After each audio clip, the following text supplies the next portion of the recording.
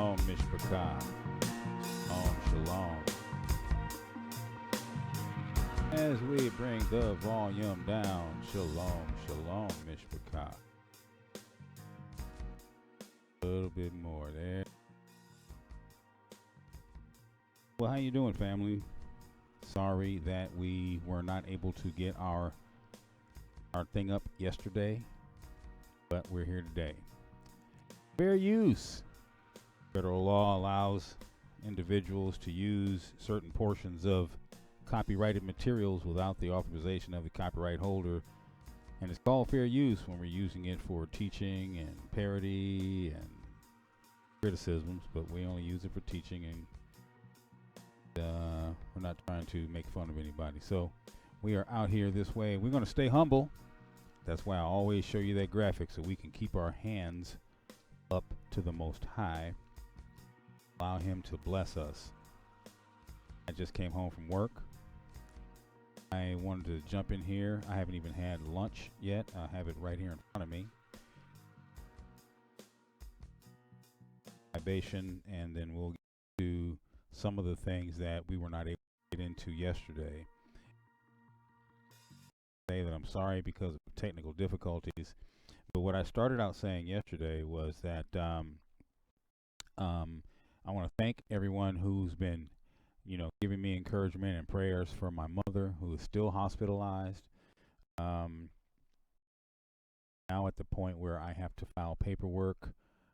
This is $500 worth of paperwork for a conservatorship from my mother, and I've been having these Edomites giving me the blues at the court because I'm not using a lawyer and I'm doing it on my own. So because I'm doing it on my own, anytime I ask for a particular thing, the first thing that comes out of their mouth is I can't give legal advice.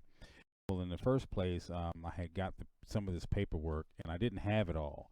And so I got to the counter and a lady just kind of thumbed through it and she says, well, your paperwork's not in order. You don't have all your paperwork. I said, well, what papers am I missing? I can't give you any legal advice. Okay, so you telling me what papers I'm missing is not giving me legal.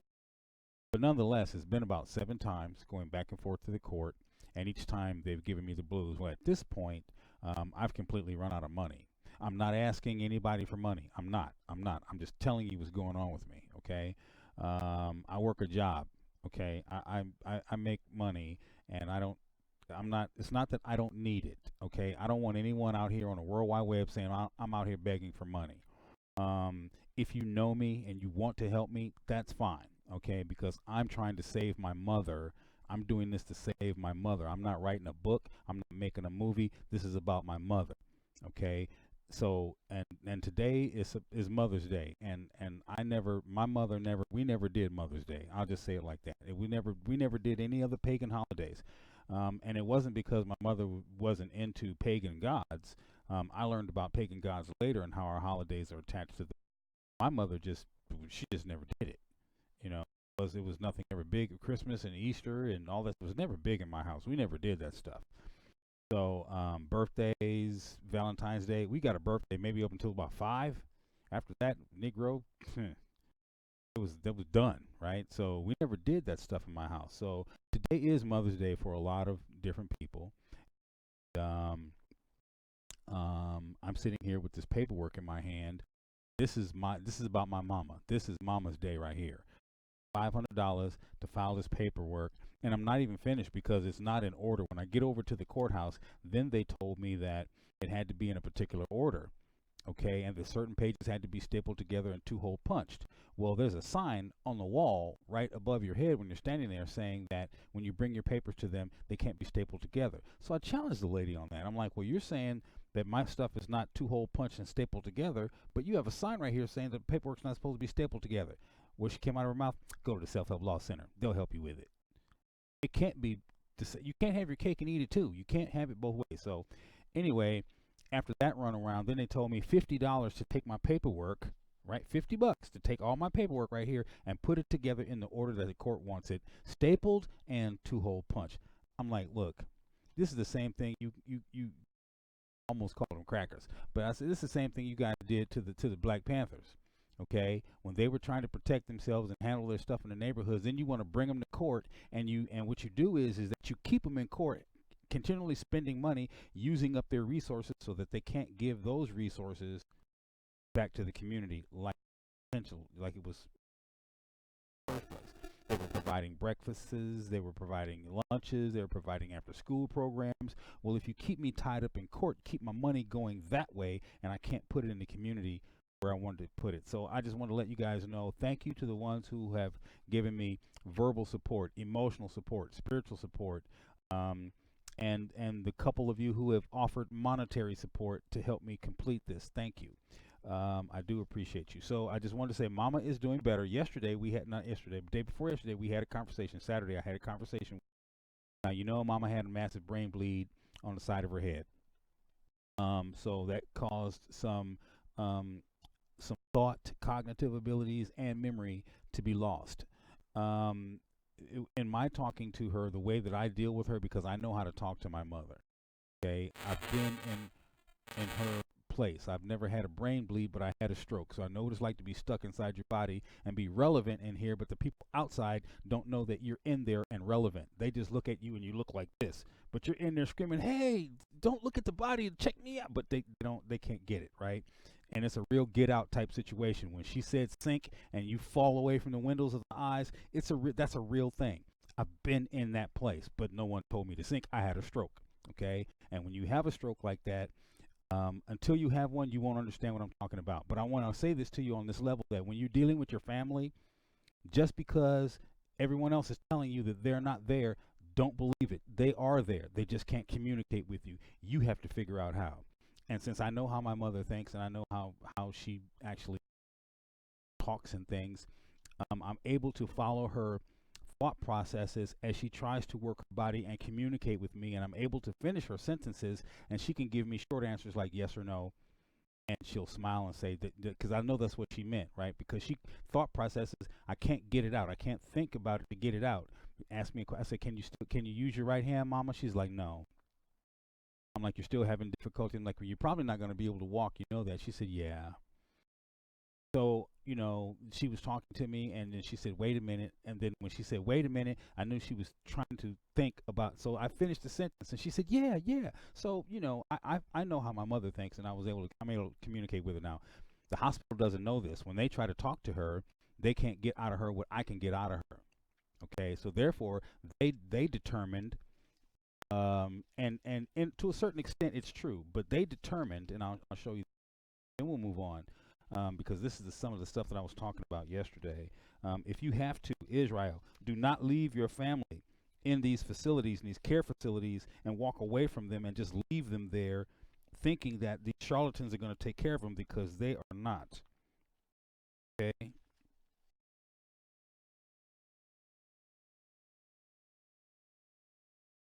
Paperclip went, but I'll get it.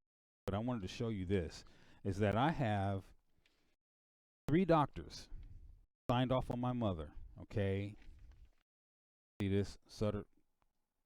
Joseph Sutter Health, St. Joseph Hospital, Queen of the Valley. So we got, let me do it, 3 different doctors, okay, there, who signed off on my mother, and I'll read a portion of this to you. This is what it says. It is my professional opinion that she is no longer, it is my professional opinion that she no longer has the ability to make independent legal, medical, and financial decisions for.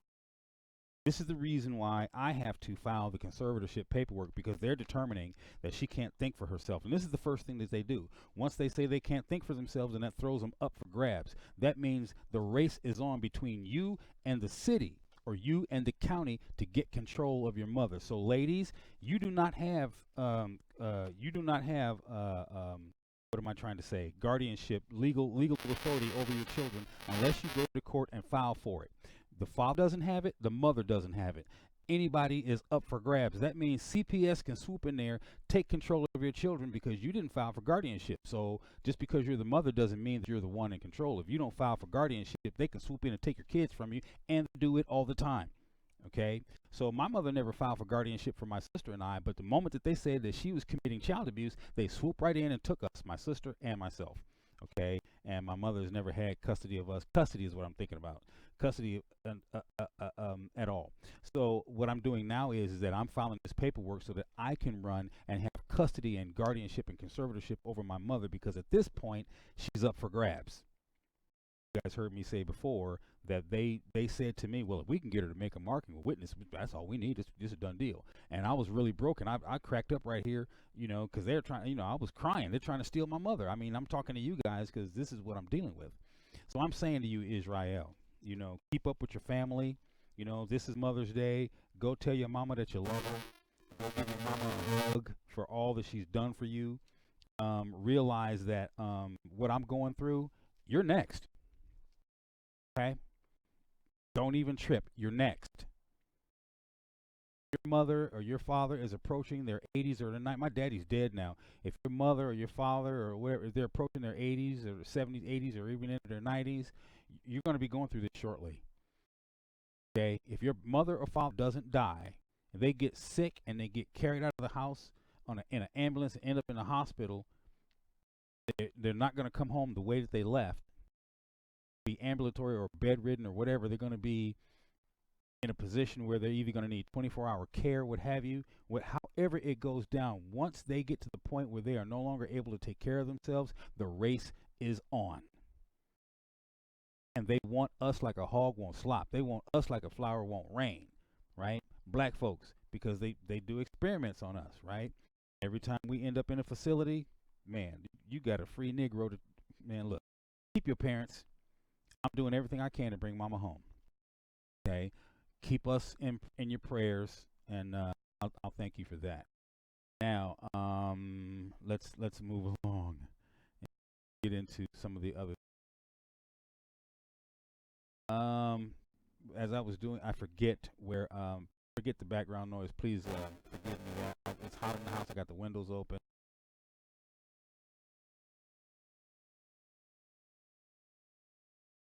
It turns it into popsicles in here, but as long as the wind is blowing and I've got.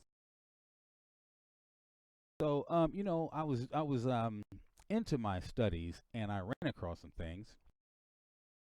And in my studies, it made me, think about some things. Let me get.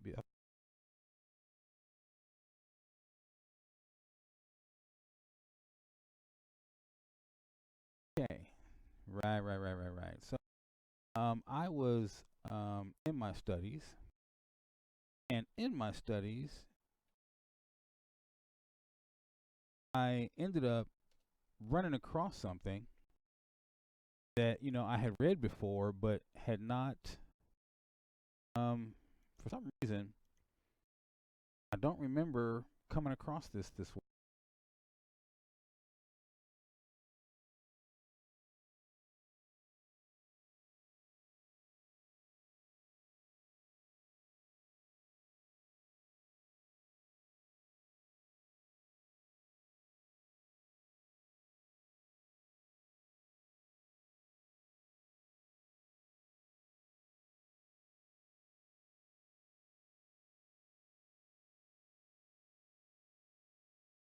But sometimes you see some things and you read over it, and you're not ready for it when you read it. But the Yah will bring you back around when you are ready for it, and give it to you again so that you can see it, and then break it down to you so you understand. Right here, Yirmiyahu, I am in Yirmiyahu.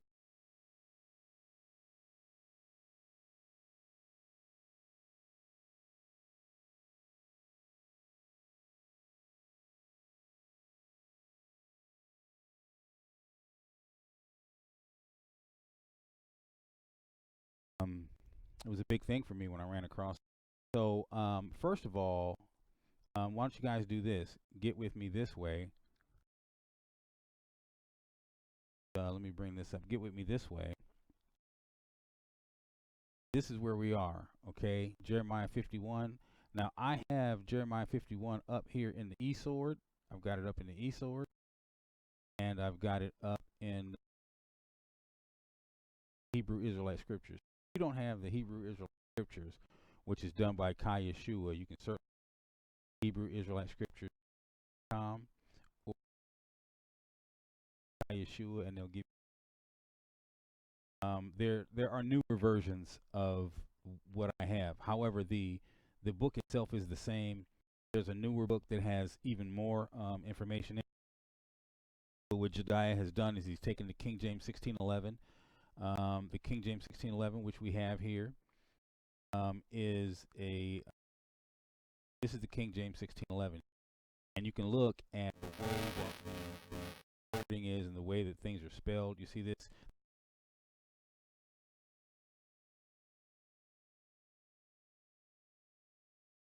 Because the 1611 are using the King's good English, you know, good English, the King, such as "I will follow thee whither thou goest." Go. It's simple. I don't have a problem with the King's good English of the King James 1611. Some people do. They can't read it, so therefore we have various different translations and transliteration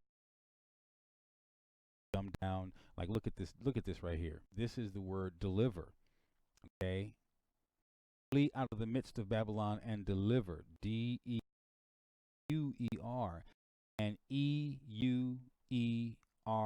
That's airy, airy, which airy, airy. And everybody. Okay, so the V didn't come along. The V replaced the U. Came, you know, a different letter. When you put two of them together, you get the Y. There's a reason why you get the double U. King's English is not hard to understand if you just look at it and read it. It does.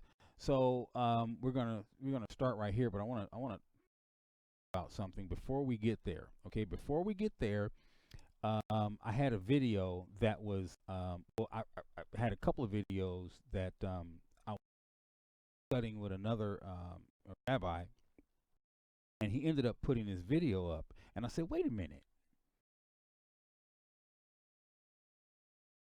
Kept talking about it. I'm like, okay, so I've been doing the wars and rumors of war. You guys know I've been doing Matthew. What did we do? We did Matthew 20, Mark 13, and Luke 21. We've been talking about that for as long as I've had this channel, and I've been breaking that down and showing you nation against nation, nations are tribes and peoples, kingdoms are kings, dominions, and you know we've been going through that, right? And then I saw this video, and I'm like, are you kidding me? I mean, this is recent, like what, last year or something, and I hadn't seen it. I'm like, why hasn't that come across my plate again? I wasn't. It wasn't for me to see it then. I wasn't here in this mind frame where I am now to see this. I probably would have saw this then and freaked out. But anyway, I'm gonna play this video for you. Check this.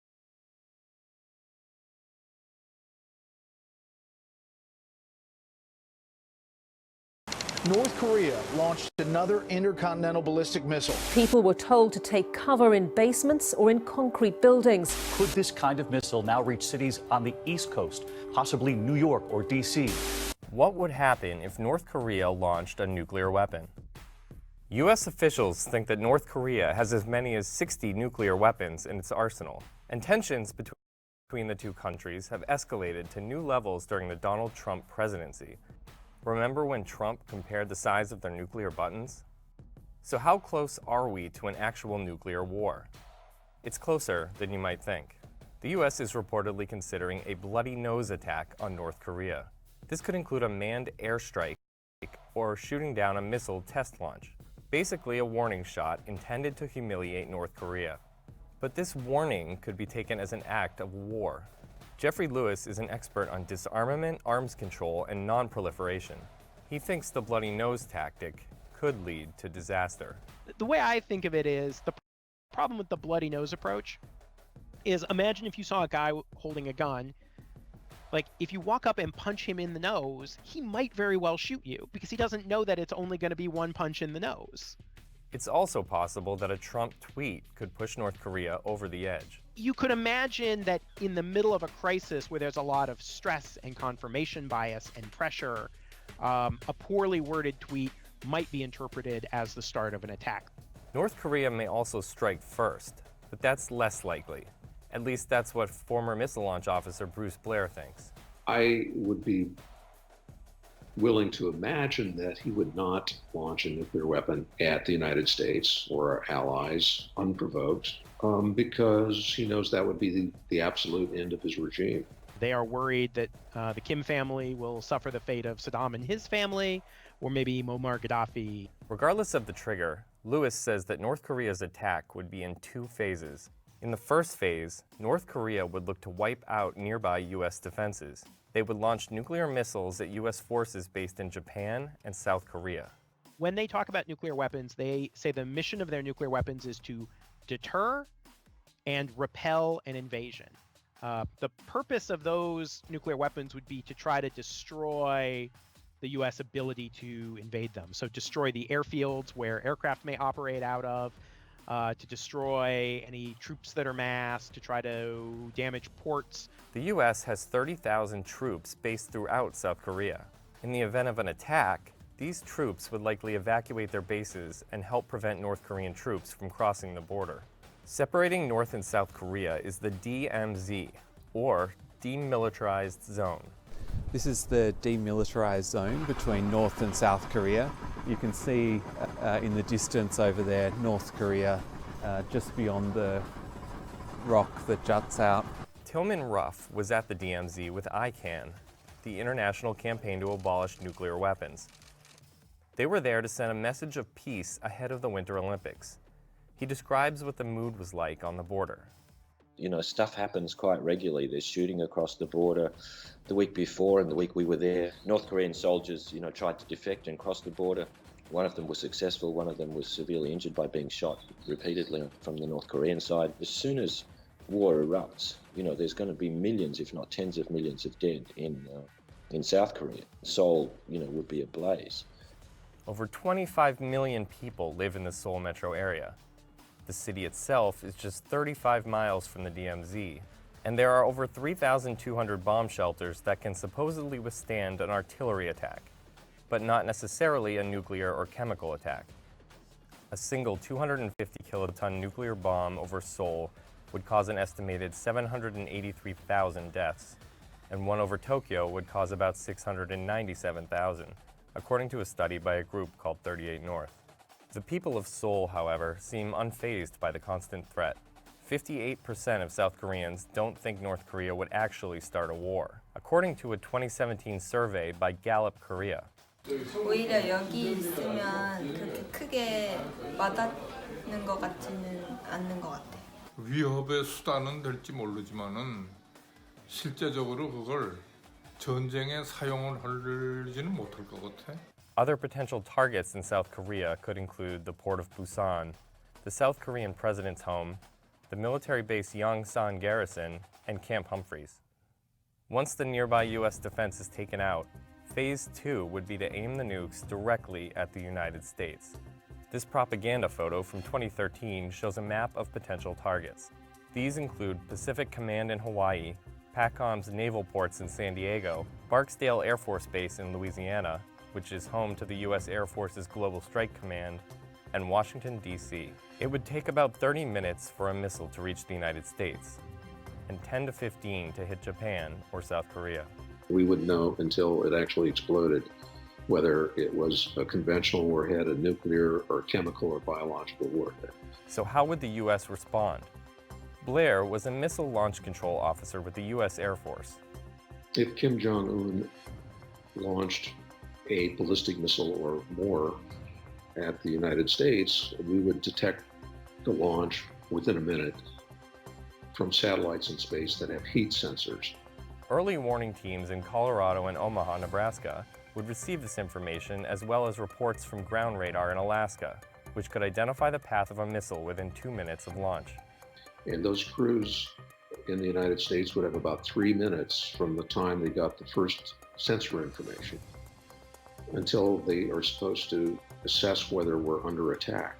They alert the Pentagon of the threat, as well as Strategic Command, who would initiate an emergency teleconference with the President and his advisors, including the Secretary of State, Secretary of Defense, and the National Security Advisor.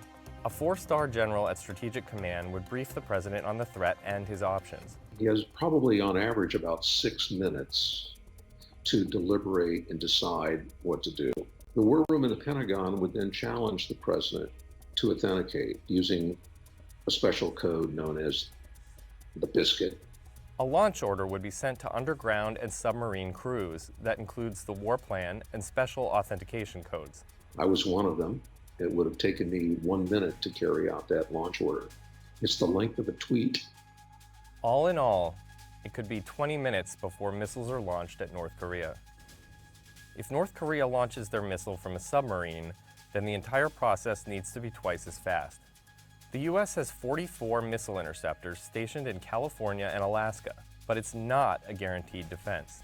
So the odds are very low that a single missile could destroy a warhead. So we would have to launch a salvo of our missile interceptors to have any chance of destroying an incoming North Korean nuclear warhead. F-35 fighter jets could also be used to respond to and kill missiles early in the launch, but we don't yet have this capability in the United States. North Korea may also fire off decoys to confuse our defenses, while the real nukes hit their targets. Millions of people could die if just one of these nukes hits a major city. While we have an alert system in place and disaster relief with FEMA, there's very little someone can do to protect themselves in this situation. All of the bomb shelters and other protection that we had during the Cold War have all atrophied and basically been shut down. So we're starting all over again almost.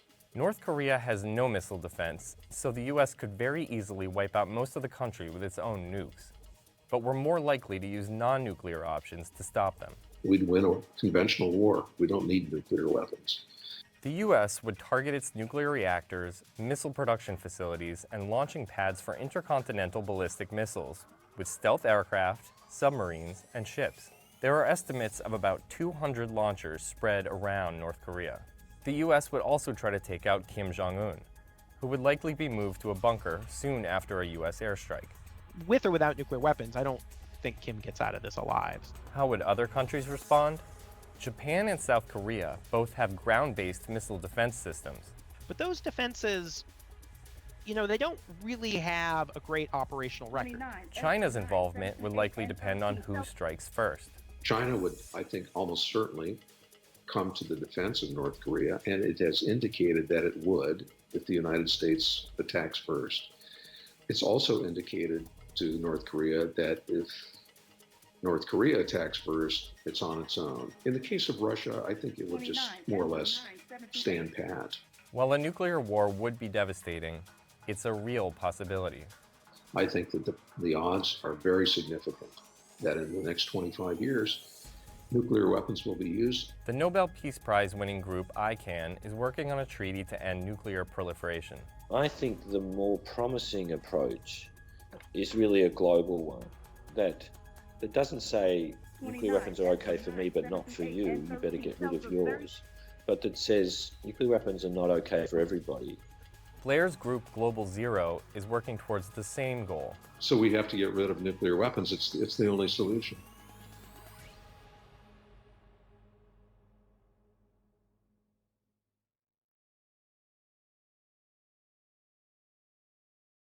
So you see, so we have a situation where they're saying that Kim Jong-un launches a missile. He'll posture and postulate, and he'll launch send anything this way. But there's another way to look at that.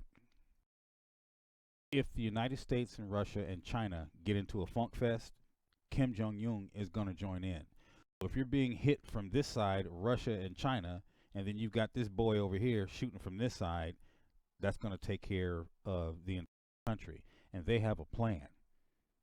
Do you know they have a plan? Do you know what the plan is? Because see, this is not rocket science. We're talking about rockets. We're talking about ICBMs, intercontinental ballistic missiles. Here's the thing. I don't believe that there will be a World War III, because the scriptures don't tell us that there'll be a World War III, but we do have scriptures that tell us that Babylon will be destroyed. Babylon. This is the daughter of Babylon. Okay, so let's look at this. Let's just look at this. Okay, let's do it like this. Thus saith Yahweh, behold, I will rise up against Babel, and against them that dwell in the midst of them that rise up against me. So Babel is rising up against the Most High, and then there's people in the midst of Babel that is rising up against the Most High. He says, I will rise up against Babel a destroying wind. I will rise up against those that are in the midst of them a destroying wind. I will send unto Babel fanners. What do you fan? You got to fan flames. You don't fan a wind. You don't fan, you fan flames. That means that when you fan something, you're causing it to burn hotter. When the blacksmith has the billows and he's pushing that billow up and down to, putting more air in that flame, because he's making that flame hotter so that he can heat up the metal and make it more pliable. So as he bangs on it with his hammer, making whatever it is that he's making, the bellows heat up the fire. That bellow is the fan. So he said, I will send fanners unto Babel, that shall fan her and empty her land. For in the day of trouble they shall be against her round about. So they shall be against her round about. What is round about? That means all around. That's surrounded. If someone is against you round about, that means you are surrounded, completely surrounded. Okay, so this means that all of the enemies of the United States are going to be amassed against her round about, surrounding her, right? And they don't have to get right up on you, but some of them have naval fleets that'll be able to get right up on us. He said, and against him that bendeth, let the archer bend his bow, and against him that lifted up his brigandine, spare not her young men, destroy ye utterly all her hosts. So he says, him that lifted himself up in his brigandine. You got to know what a brigandine is first, okay? Colon. We're still talking about the brigandine, but we're talking about him who is lifting himself up in his brigandine. This is what we're talking about. So we're talking about him who's lifting himself up in his brigandine. Who is he? This is her young men. And then we got a semicolon that says, destroy ye utterly all her host. So let me explain this to you. Those of you in the military, when you start to suit up, jumping into your BDUs before you run out into whatever it is that you got to run out into, you start putting on everything, don't you? You start putting on your bulletproof vests. You start putting on your Kevlar helmets. You start putting on all that stuff, okay? So do you know what a brigandine is? Anybody know what a brigandine is? Brigandine. Actually, I can give you a brigandine. Right, I'm going to do it right here. This is what we were doing yesterday, and come out. So we're going to do it.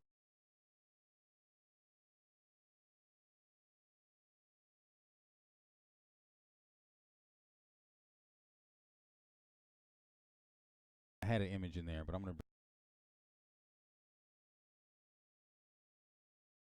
This is a brigandine. Okay. Now, where have you seen this, yo? Okay. Normally, there'll be metal across the chest. That's your bulletproof armor. Okay. So,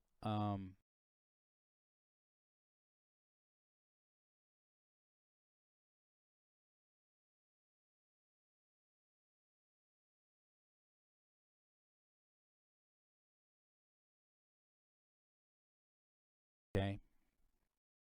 Normally, there'll be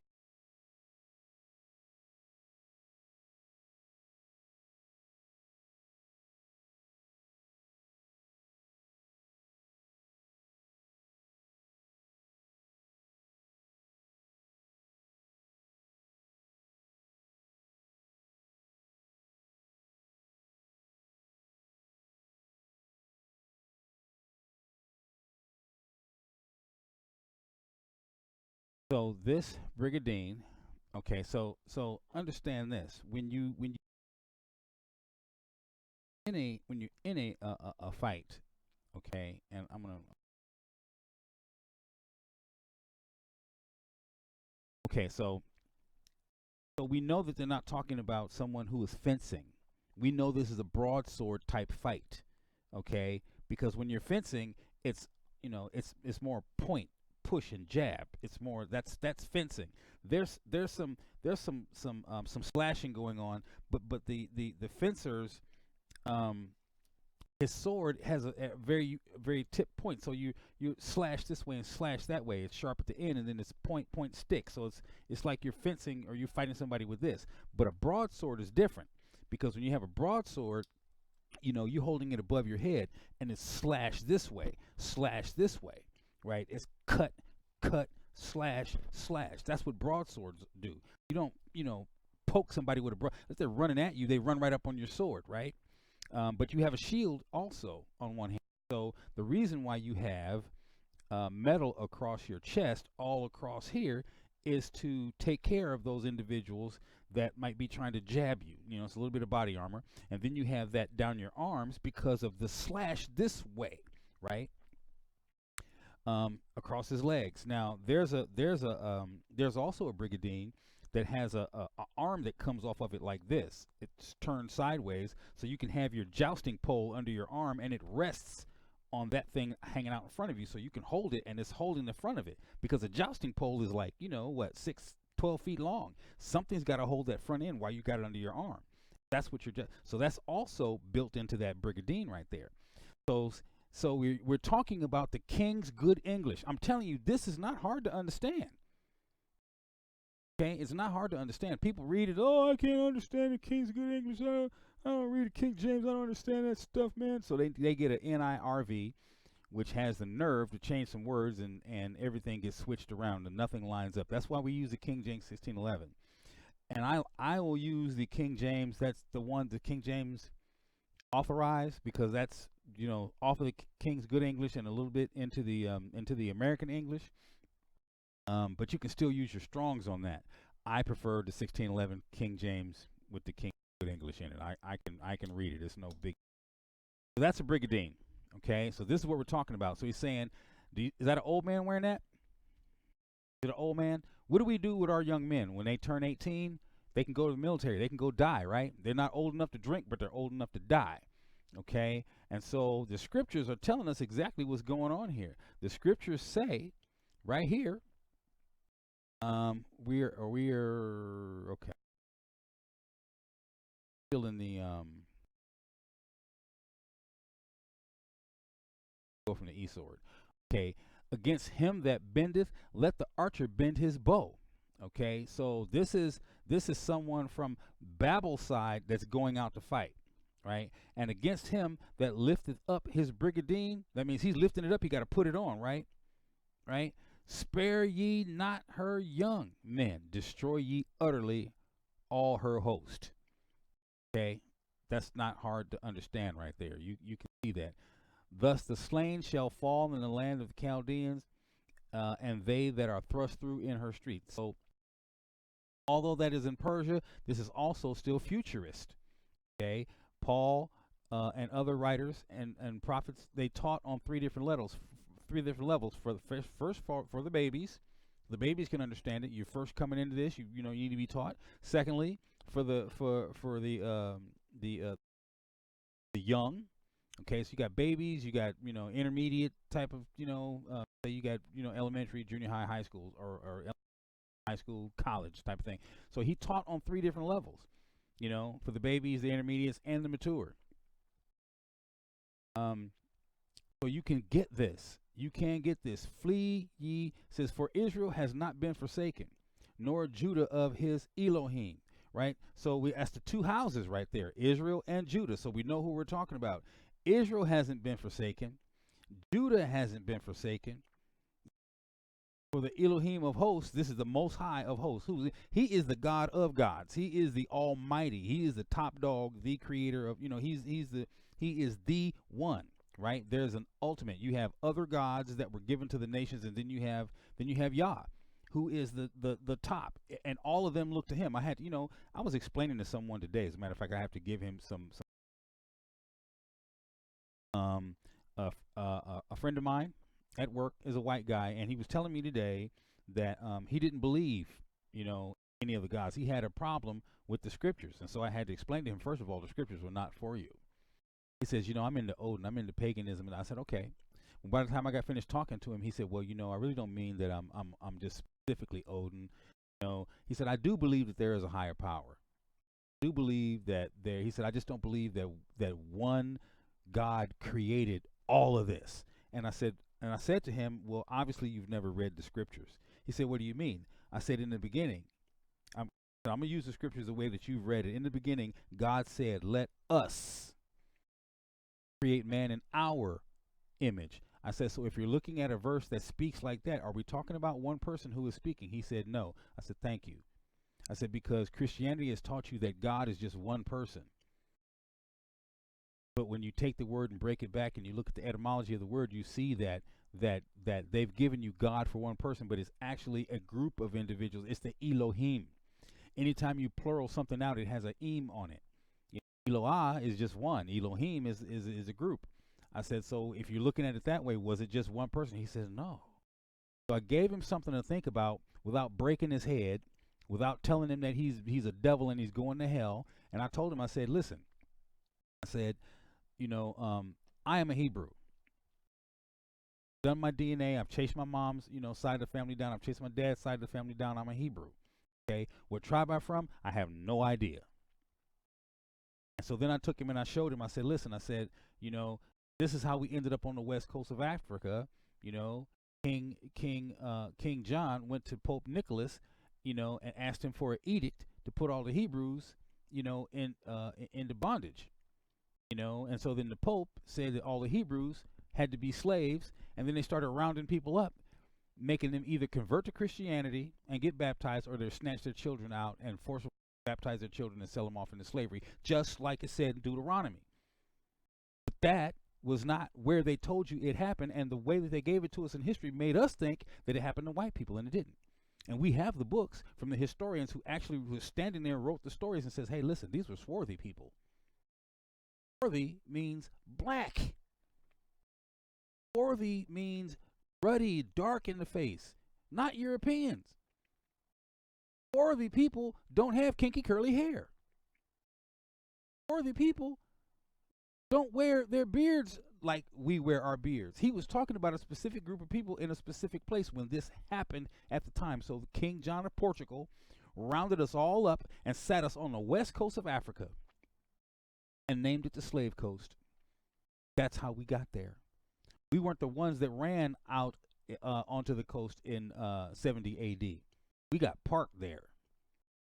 Now, Limbas, Yoruba, down in Oman and Yemen, and they ran out. They didn't get a part of the slave trade. So when they, like I said before, when you cast your net, not only are you going to get the ones you want, but you're going to get some others too. So not only did they get Hebrews, but they also got some Hamites up in that joint. They walked down to the door of no return and got loaded on those boats. I showed you guys these videos. You just go pull them up. You'll see them. So, so I wanted to show you that. Let me go back over here. Listen, okay. His brigandine, spare not her young men. Okay, and spare not her young men. I'm going to take you back over here to get the brigandine out the way so we can read. All right, so we see against him that bendeth, spare not her young men, destroy ye utterly all her host. That means kill them all. Kill them all. Destroy utterly means no one lives. Okay? Thus the slain shall fall in the land of Chaldeans, and they that are thrust through in her. Okay? So for Israel has not been forsaken, nor Yehuda of his Elohim, of Yahweh of Yahweh or Yehovah of hosts, through their land, though their land was filled with sin against the Holy One of Israel. So it it's saying right here that even though the land was full of sin, the Father still has not. Even though he's set them up to be punished, he hasn't turned his back on them. He hasn't forsaken them. Right? Your Father will punish you, but that doesn't mean that he's going. I'm talking about your natural father here on earth, right? He's not going to disown you. He might punish you, but he's not going to disown you. Heck, I punished my son, but I didn't disown him. He's still my son. I love him. Don't like what he does, don't like what he did, but I love him. Okay, and as I said before, I recently found him. We've been back in touch. Different person, he's doing some things, right? And sometimes tough love, sometimes daddy got to do tough love, right? I had to do it with my son, but he turned out to be a pretty good guy. He's turning out to be a pretty good guy. I'm learning. We're learning each other because we've been separated for 16 years. So flee out of the midst of Babel and deliver every man his soul. You deliver your soul. Why? So you not be cut off in her iniquity. For this is the time of Jehovah's vengeance, and he will render unto her a recompense. He's going to repay her for everything she's done to the Yahudim and everything that she's done to Israel. Babel was a golden cup in Jehovah's hand that made all the earth drunken. The nations have drunken of her wine. What's that? Her merchandise. They've got in bed with her. Therefore, the nations are mad. Why? Because they're drunk off of her wine. They're drunk off of her ways, the things that she's made the earth do, the other nations do in order to be a part of her empire. Okay, so we have Planned Parenthood here. She's killing off Israel. You see Planned Parenthood in all of our neighborhoods, but you don't see white neighborhoods. You see it in low-income and Hispanic neighborhoods, black neighborhoods, Hispanic neighborhoods. You don't see it in Japanese neighborhoods. You don't see Planned Parenthood in Chinatown. You do not see it in Beverly Hills on Rodeo Boulevard. You do not see any abortion clinics anywhere in any affluent white neighborhoods. You don't. And anywhere that is around the world, you will see it because if they're a part of the empire, they're going to go along with the empire. The Korean War happened because Korea would not do birth control. States went in there, the IMF or the World Council went in there and said, okay, you don't want to do birth control? We'll do it for you. Boom, war. That killed a lot of people. Keep your population under control, right? So it's all about population control. You don't believe me? Look at the Georgia Guidestones. We went down this road. I showed that to you, okay?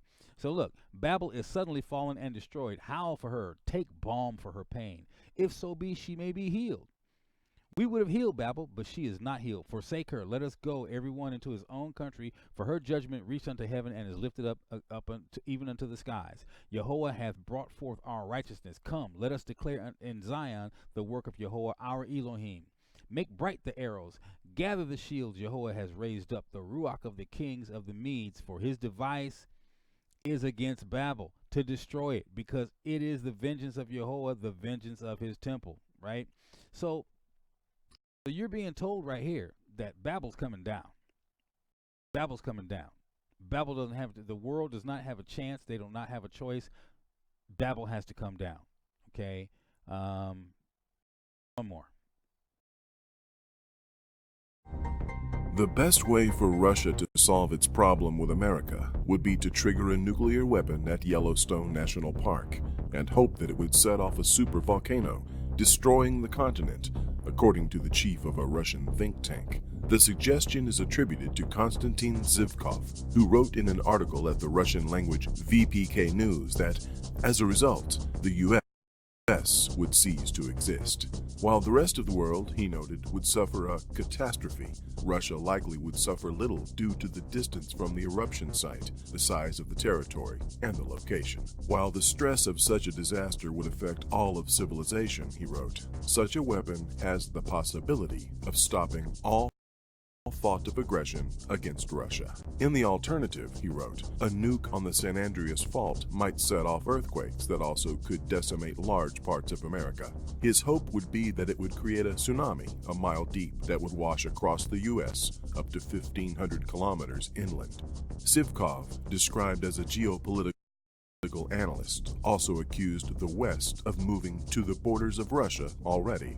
Get it before you need it. Survival: How a Culture of Preparedness Can Save You and Your Family from Disasters. The article also was translated from Russian by the Sydney Morning Herald, where reporter Su Lin Tan wrote, he has a conspiracy theory that NATO, a political and military alliance which counts the US, UK, Canada, and many countries in Western Europe as members, was amassing strength against Russia, and the only way to combat that problem was to attack America's vulnerabilities to ensure a complete destruction of the enemy. Zhivkov, the head of the Academy of Geopolitical Problems in Moscow, wrote, geologists believe that the Yellowstone supervolcano could explode at any moment. There are signs of growing activity there. Therefore, it suffices to push the relatively small, for example, the impact of the munition megaton class, to initiate an eruption. The consequences will be catastrophic for the United States. A country just disappears. He continued, Another vulnerable area of the United States from the geophysical point of view is the San Andreas Fault, 1,300 kilometers between the Pacific and North American plates. A detonation of a nuclear weapon there can trigger catastrophic events like a coast-scale tsunami, which can completely destroy the infrastructure of the United States. The Herald noted that Zivkov spoke at the 2013 Moscow Economic Forum and said by 2020 or 2025, Russia would have asymmetric weapons in its arsenal for the attack.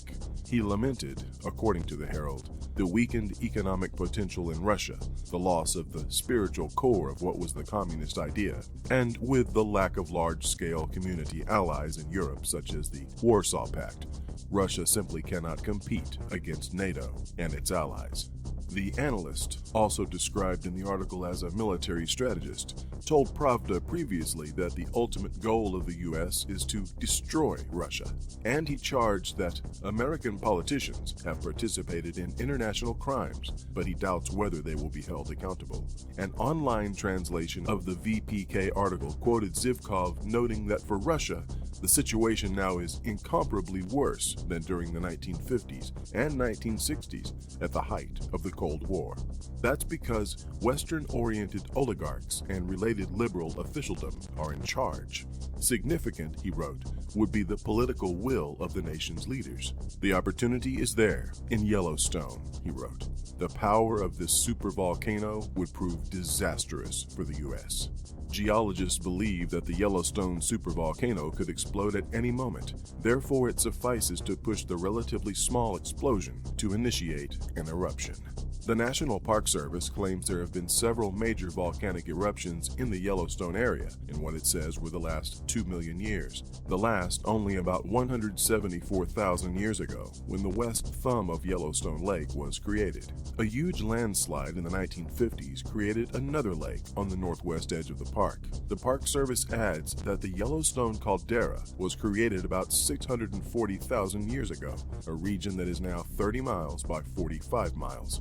The Yellowstone volcano is still active, the government reports. Evidence for the activity of the Yellowstone volcano are the 1,000 to 3,000 earthquakes per year, active ground deformation, and the over 10,000 geothermal features found in Yellowstone.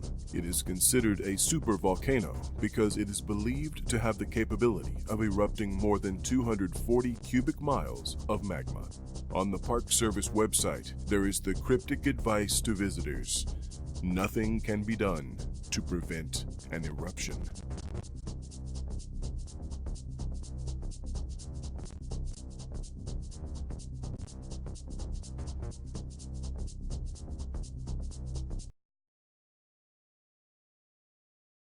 All right, so they have a big sign out front that says nothing can be done. So that's the thing that I wanted to show you, that they have a plan. See, and their plan is to drop some nukes in Yellowstone, because they know that Yellowstone, being on this end of the country, I'm in California, caldera is so big, and the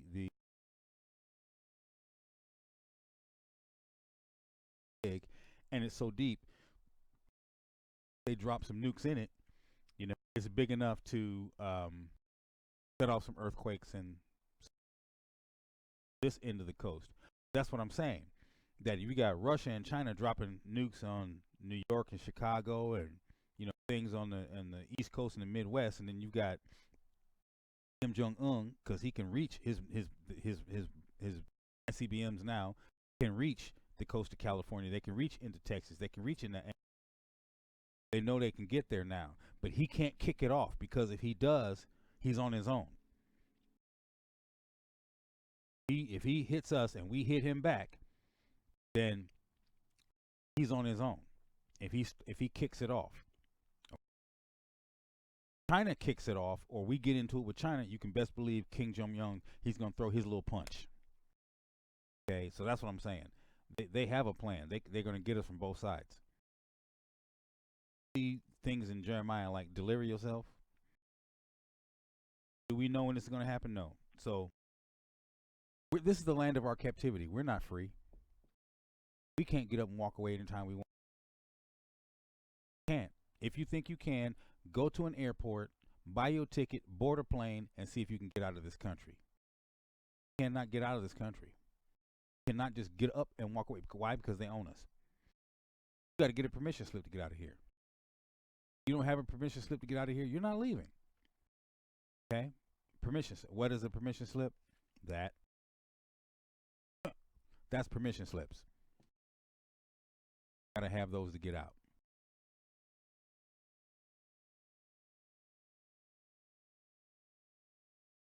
That's why you're a captive.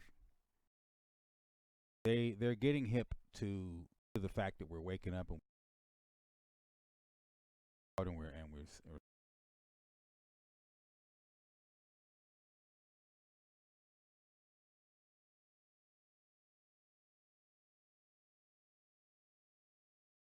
got Arabs over in the telling us to wake up and come.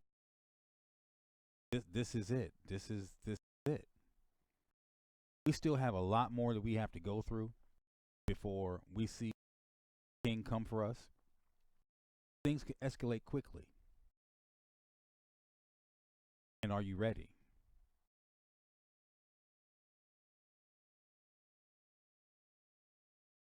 I had it said to me about the stuff.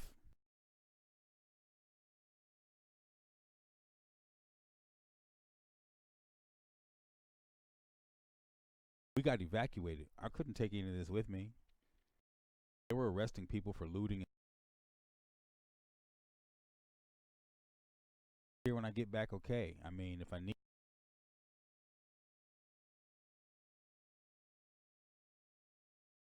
I left with what was necessary, you know. Hard drives, a couple terabyte drives sitting right here. Took those in a laptop. Couple of cables. It was a wrap. Built so I can go portable anytime I need to.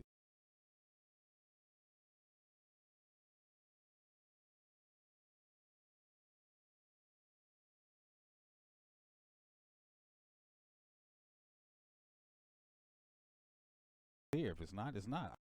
Stuff. I've left this much stuff behind. Got it all back. I'm sitting here. I got it all back down to a funky pair of roller skates. So where's your faith? What's your faith level? Bounce up out of here. The reason I haven't is because my mother. Now, tell me to look. Young man who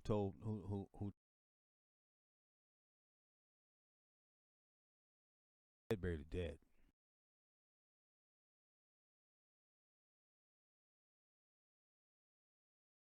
So if you're not following, what he meant is that if your family is not following me, father has already passed, then let the dead bury the dead. You follow me.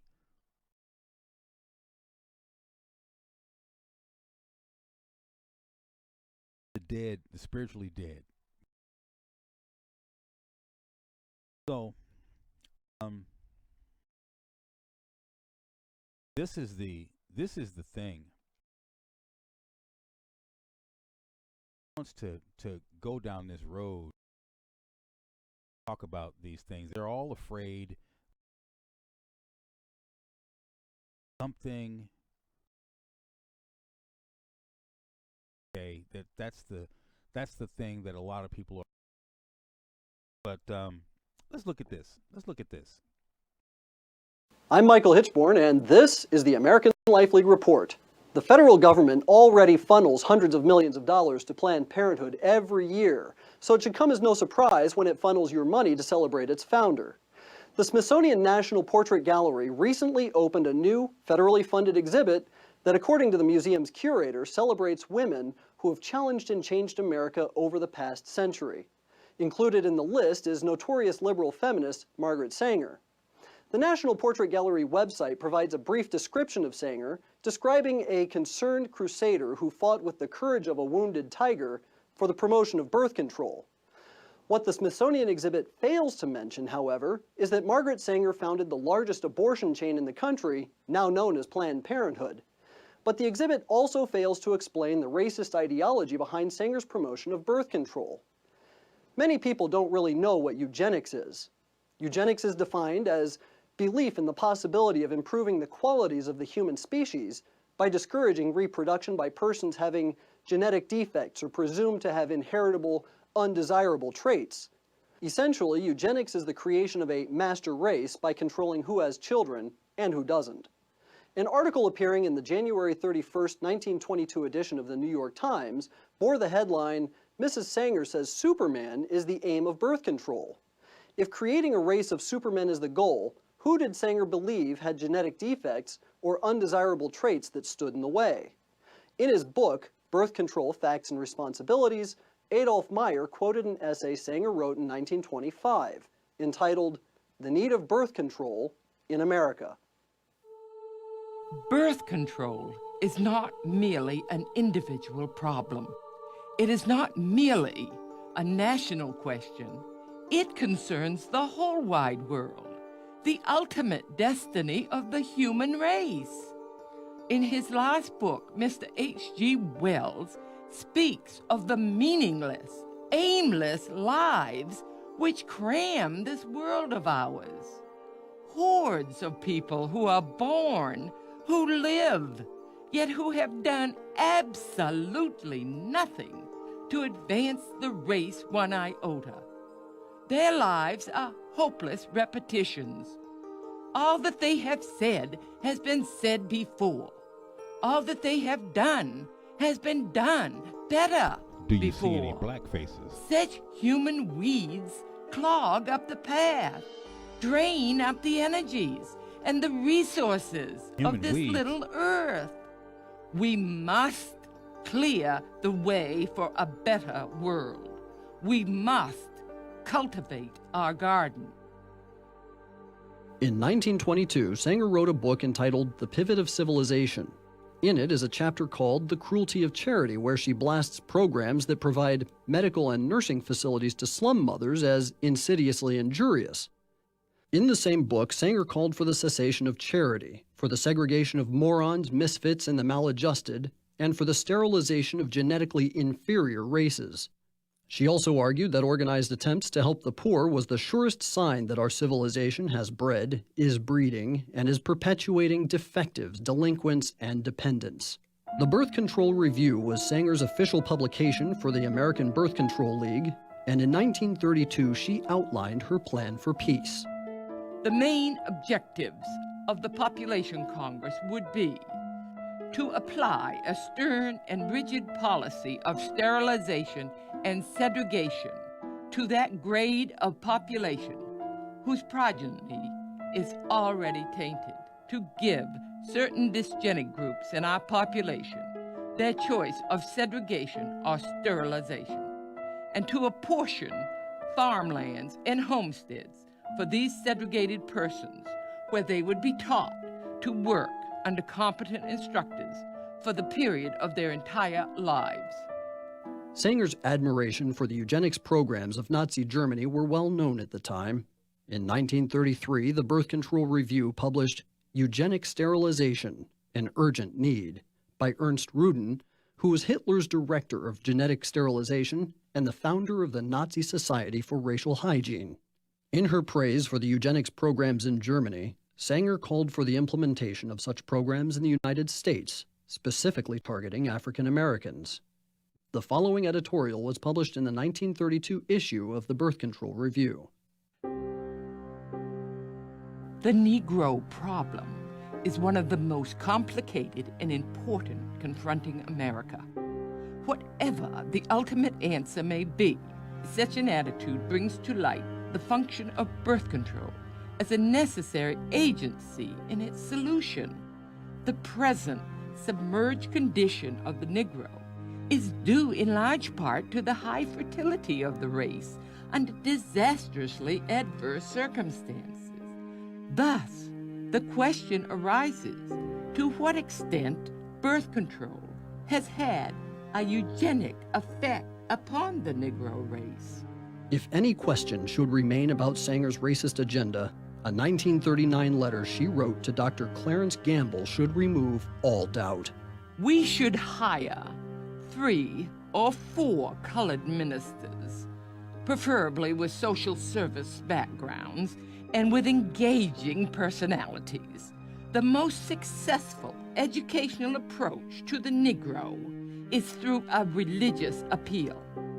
We don't want the word to go out that we want to exterminate the Negro population. And the minister is a man who can straighten out that idea if it ever occurs to any of their more rebellious members. Can there be any wonder why Planned Parenthood opens its facilities in poor inner-city neighborhoods populated by minorities? Can there be any doubt that Sanger's philosophy of creating a pure race is what fuels Planned Parenthood's support of embryonic stem cell research? Margaret Sanger was a racist.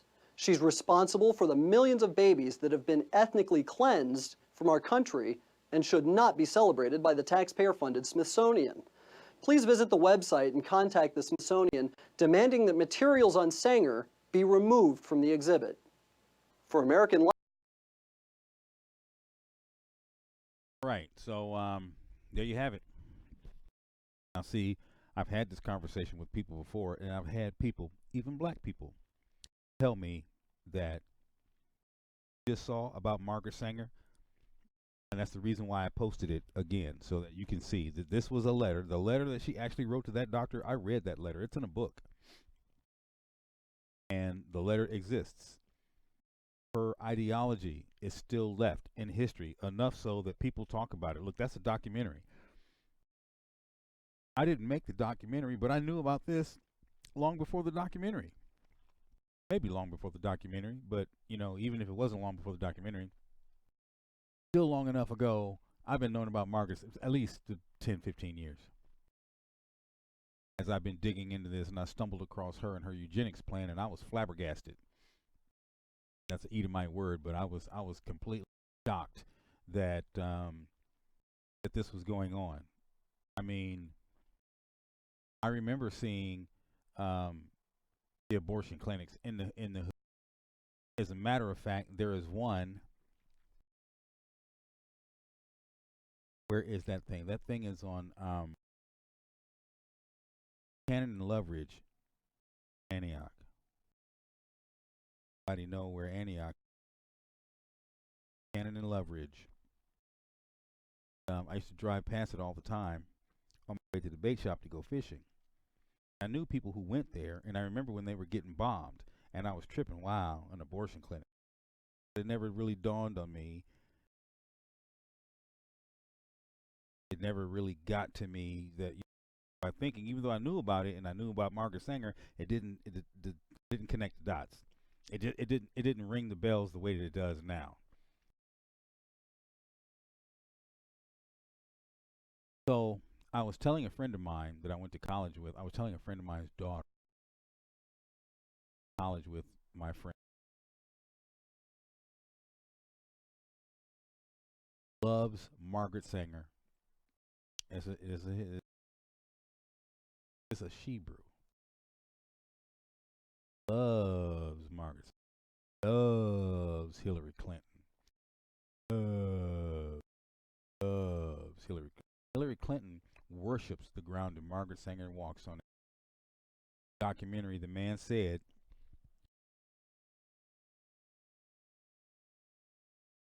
shining back the computer monitor face. Look, the man said that Margaret Sanger, her eugenics program was specifically geared us. Said the Negro problem. Okay, so I have to keep nailing this home, and I'm going to keep nailing this home because they called us Negro. They called us Negroes. If they called us Negroes, they have to know who we are, right? You got to know, if they're calling me a Negro, you got to know who I am. Okay, so let me give you this. Let me give you this because the only way that we can get past this, we have to keep looking at this and keep nailing it down. Where did I put it? We have to keep looking at this and keep nailing it down, because if we don't, you know, people are going to lose their minds and forget all about this. Where did I put it? Let me Second, you guys. Because this is, as I'm going along, I have stuff coming off the top of my head that I'm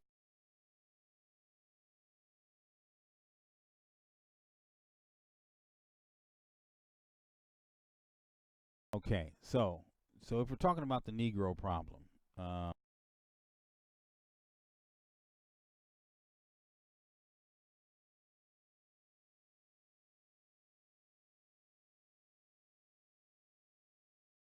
now, see this? Ham. Hot. Hot, and he's ham. Black. The youngest son of Noah, born probably about 96 years before the flood, and one of 8 persons to live through the flood. He became the progenitor of the dark races, semicolon. We're still talking about dark races, but now we're going to break the dark races down, okay? He's the progenitor of the dark races, not the Negroes, but the Egyptians, Ethiopians, Libyans, Canaanites, and any other dark races. He's a Hamite, okay, but not the Negroes. Margaret Sanger said the Negro problem. Negroes are the problem. Negroes are her problem. She didn't say anything about the Egyptians, the Ethiopians, the Libyans, the Canaanites, or any of the other Hamites that are here in this country with us. She said the Negro problem. So that says to me that they know who we are. They know who we are. They know. How can they not know? They know who we are, okay? And because they know who we are, they're able to formulate little plans and things in order to bring about their plans to fruition, because they're aiming all of this at the Negro, whom they call colored, whom they told us now from colored, now we're black, now we're Afro-American, now we're this, now we're that, now we're this, now we're that. They keep changing who we are. Why? To keep hiding who you are, stacking on top of your Hebrew identity all these other titles, and to keep you from figuring it out. Because they know that you are the Negroes, that you are. Not everybody in this country came over here on a slave ship. Not everybody with brown skin is a descendant. Some were already here. You don't believe that? Do some research on the Olmecs. There were plenty of brown-skinned people here on this continent. Look at the 5 civilized tribes that were already here. Read Columbus's his notes. That when they stepped off, he said he saw people, copper-colored people, speaking a language very, very reminiscent of Hebrew. We were already here. Us came over slave boats. But that description that went down for us was a signpost to let us be able to identify who we are in history. Because a lot of us were shipped all around the world to be at the bottom as servants. And the ones who were already in particular parts of the world just got stuffed at the bottom as servants. There were people who were kidnapped, who were free, and sold into slavery. There were people who were walking around free and just got snatched up and made slaves. That was our lot. So it didn't matter where you were or what was going on with you. That was our lot. Because of the curses in Deuteronomy 28, the fact that we turned our ancestors turned our back on our Yah. A person said to me today, same guy I'm talking about, telling me, he said, well, see, that's why I don't follow religion. I said, but it's religion for you. It's not for me. For me, it's a culture that I'm trying to relearn. See, when our Elohim picked us from among the nations and said that you're the smallest, and I'm going to make you vastly greater than everyone else if you do A, B, C, D, and E. And we said, yeah, okay, we do it. And he said, blah, blah, blah, blah, blah, blah. If you don't do it, what happened to you is A, B, C. Okay, we know. and then they fell off. And we're the ones having to suffer. So we have to get ourselves together and come back to our Elohim for us to see anything. We have an awakening that is happening right now. But then there are those who are joining the awakening with no true heart. They're just joining the awakening. It's like going down the street and joining the Black Panther Party. I'm a card-carrying member of the Black Panther Party. But when the funk come to my neighborhood, am I gonna grab my gun and run out into the streets? Probably not. Because I just carry a card. So we have a lot of people who are getting on board because they're waking up. But you know how that is. That seed, that's the seed that's being planted in the ground. Some of it fell on good ground, some of it fell on stony ground, some of it, because you see a lot of people are falling off. There's a lady who I started following a few years back. I liked what she was doing, and I liked the fact that she was trying to get in the neighborhood and bring programs back to the neighborhood. She was working with entrepreneurs and small businesses and things like that, and she was studying, as a akoti, studying, and we, I didn't know her, but knew her online. And she followed my page, I followed her page, and then I kind of lost track of her. And then she changed her name. She popped up, changed her name. Then I followed her for a while, and then she hooked up with one of these teachers that we got out here online. And then she found out that he wasn't real. Found out he wasn't real. She put him on blast online.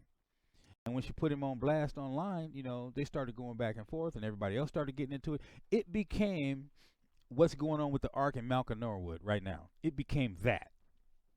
And it got deep because a lot of people were involved. And I don't want to mention the names. And these are all people that you know. Well, I never studied with old boy. But I knew that he studied, and I knew that he was hooked up with, A, B, C, D, and E other groups, and that he was running around in a particular, and she, packed up, moved in, fell in love, make me a wife, blah, blah, blah, blah, and then found out that bro was faking the funk. She bounced and she put him on blast, and you see, even in a church, if it's a 300-member church, and the church find out that the pastor is Eddie Long, and then Eddie come up short and die, church fall apart. Or a pastor could leave, and when he bounced, he take half the church with him. See, that's what happens when we get caught up and we start elevating people, and people get elevated. You start putting your worship into them, and then when they fall, you're crushed and you fall away. And that's what happened. And I wrote a song called "Falling Off of Your Word." I'm mixing out now, but that's what happened. And I can't find her now. She fell all the way off. She fell off so hard, she's not on Facebook, she's not on YouTube, she's not anywhere. The last time that I heard her talking, I heard her talking about all the discrepancies that she was finding in the scriptures, and then was having debates about whether or not it was true. And I'm like, oh, you done went all the way off now. See, there is no debate, and the word is true. But when you start questioning, then you've fallen off. Okay, so I know that the scriptures have been changed. The slave Bible for us. About this yesterday, and it didn't go up. They took the Bible and they chopped it up and gave it back to us as slaves. Because anything they had to do with freedom and being free, they took it all out. Testament, New Testament. They left in everything they had to do with being a slave and honoring your master. Right faces in there, and that's what they gave slaves. Now, I said this about 2 videos back. I didn't even want to mention this because everybody was talking about the slave Bible. I was talking about the Panari Indians. And I showed you some information on the Panari, P-A-N-A-R-E, the Panari Indians. Look them up. Google, did the Catholic Church change the Bible, convert the Panari Indians? Or do something along those lines, and it'll come up. And you'll see that the Pope allowed the missionaries to change the Bible to convert the Panari Indians? Doesn't the scripture say that if you take away from it or add to it, cursed? So I guess the Catholic Church got a lot to answer for, because they're the only ones that can authorize that Bible to be changed. I don't believe in a Bible. I believe in the Holy Scriptures. And so I will stay close to a King James 16:11, and I'll keep my hand on what Jedediah Melech has done with the Hebrew Israelite scriptures.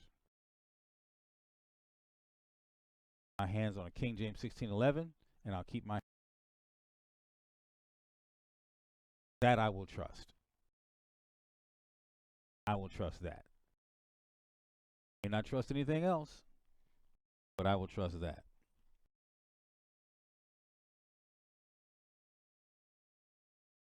Fortunately, I have a little something next to me to monitor. I didn't realize I was sitting here in complete darkness. Couldn't see me monitoring over on the side, but I turned my monitor off because the blue light is shining on my glasses, and as I'm looking at the monitor, I can't see. So, but the Panari Indians had their scriptures changed. Now, the Panari did not have a word in their language for guilt or sin. So when the missionaries came talking to them about their Jesus, the Panari, they didn't understand. You know, what's the big deal? Everybody's all flipped out. What's the big deal? Right? The big deal is this. They had to go back and rewrite the scriptures and say that it was the Panari Indians that put the Jesus to death. Because they put Jesus to death, they were going to burn in a big fire. And once it got through to one of the Panari Indians, one of the ladies screamed, "Oh no, I didn't kill Jesus. I'm sorry. I don't want to die in a big fire." And she converted, and the rest of them fell in right behind her. That's how they got the Panari Indians. That's how they converted the Panari Indians. So my thing, just 2 weeks ago I did this. I'm like, if they did that to the Panari Indians, what makes you think they wouldn't do that to you? It's all about conversion, okay?